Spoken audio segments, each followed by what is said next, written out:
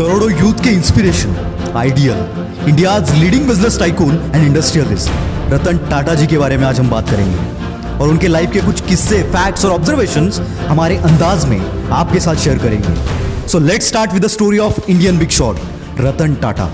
Tata group of companies के अब तक के सबसे सक्सेसफुल चेयरमैन, एक इंडस्ट्रियलिस्ट होने के साथ साथ रतन टाटा एक जिंदा दिल इंसान भी है।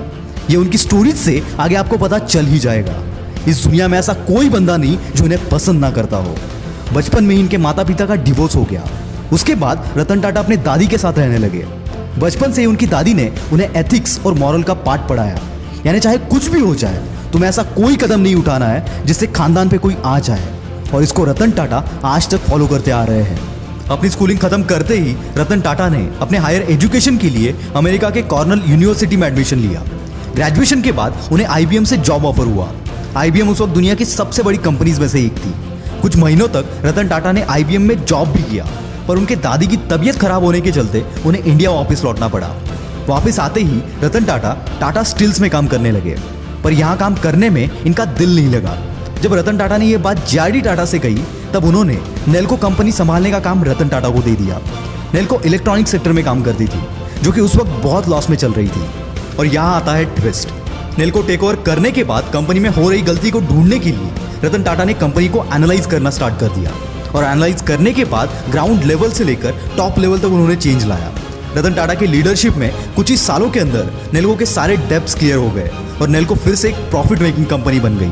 1991 में रतन टाटा की असली जर्नी शुरू हुई, जब वो टाटा एंड सन्स के 5th चेयरमैन बने। जब रतन टाटा चेयरमैन बने, उस वक्त कई सीनियर्स का मानना था कि रतन टाटा इस पोस्ट के लायक नहीं है, पर जेआरडी टाटा ने किसी की ना सुनते हुए रतन टाटा को चेयरमैन बना दिया, और यहां से शुरू हुई रतन टाटा की लीडरशिप की जर्नी। रतन टाटा पहले से ही विजनरी थे, और अब तो उन्हें मौका मिल गया था अपने विजन को इंप्लीमेंट करने का। अपने विजन, डिसीजन और मेहनत के दम पे रतन टाटा ने टाटा सन्स की सारी कंपनीज को प्रॉफिट मेकिंग कंपनीज बनाया। रतन टाटा विजनरी होने के साथ साथ मास्टर कम्युनिकेटर भी थे, जिससे वो अपने आइडियाज और अपने विजन को सही तरीके से दूसरों के सामने रख पाते थे। रतन टाटा की सबसे बड़ी खूबियों में से एक ये थी कि उनके साथ जो भी काम कर रहा हो उनको देखकर इंस्पायर हो जाता था, जिससे दूसरों के अंदर एक सेंस ऑफ कैपेबिलिटी पैदा हो जाती थी कि मैं ये काम आसानी से कर सकता हूँ, और ये एक ग्रेट लीडर की निशानी होती है। 1998 में रतन टाटा ने कोड ऑफ कंडक्ट इंट्रोड्यूस किया, जिसके मुताबिक हर टाटा एम्प्लॉय को सेम रिस्पेक्ट मिलेगी, चाहे वो एक पियोन हो या कोई एमडी। बहुत सारे बड़े पोस्ट पर काम करने वाले लोगों ने कोड ऑफ कंडक्ट को साइन करने से मना कर दिया, लेकिन रतन टाटा ने हार ना मानकर आखिरकार सबसे ये कोड ऑफ कंडक्ट साइन करवा ही लिया। अब जो किस्सा मैं आपको बताने वाला हूँ वो शायद आपने कहीं सुना होगा, पर इस वीडियो में ये किस्सा ऐड करने से मैं खुद को रोक नहीं पाया। मुझे लगता है कि इस किस्से के सिवाय रतन टाटा की बायोग्राफी कंप्लीट हो ही नहीं सकती, सो इसे आखिर तक सुनना। किस्सा कुछ ऐसा है कि साल 2000 में टाटा का ऑटोमोबाइल सेक्टर बहुत लॉस में चल रहा था। इस पर रतन टाटा ने डिसीजन लिया कि वो टाटा मोटर्स को फोर्ड को बेच देंगे। इसलिए अपनी टीम के साथ वो बिल फोर्ड से मिलने चले गए। बिल फोर्ड से मिलने के बाद उनका बर्ताव रतन टाटा को पसंद नहीं आया। बिल फोर्ड ने कहा कि ये कंपनी हम आपसे खरीद कर आप पर एहसान कर रहे हैं। रतन टाटा को यह बात चुभ गई। उसी रात वो अपनी पूरी टीम के साथ इंडिया वापस आ गए और डिसाइड किया कि वो अपनी कंपनी नहीं बेचेंगे।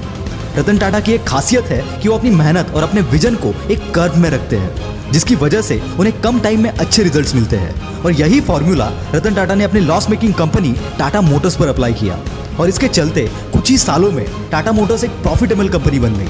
और 2008 में ठीक 8 साल बाद फोर्ड मोटर्स का दिवाला निकल गया। उनकी luxurious car making company Jaguar और लैंड रोवर लॉस में जाने लगी। उसी वक्त रतन टाटा ने दोनों कंपनीज को $2.3 बिलियन के वैल्यूएशन के साथ खरीद लिया, और इन लॉस मेकिंग कंपनीज को प्रॉफिटेबल भी बनाया। उस वक्त बिल फोर्ड ने रतन टाटा से एक लाइन कही कि हमारी कंपनीज खरीद कर आप हम पर एहसान कर रहे हो। दोस्तों, इससे एक बात साफ हो जाती है कि सक्सेस से बड़ा कोई रिवेंज नहीं, और यही बात रतन टाटा ने प्रूव करके दिखाई। अगला एपिसोड आप किस पर देखना चाहते हो कमेंट में जरूर बताना। मैं हूं आपका द विल पावर स्टार। मिलते हैं अगले वीडियो में। Bye bye.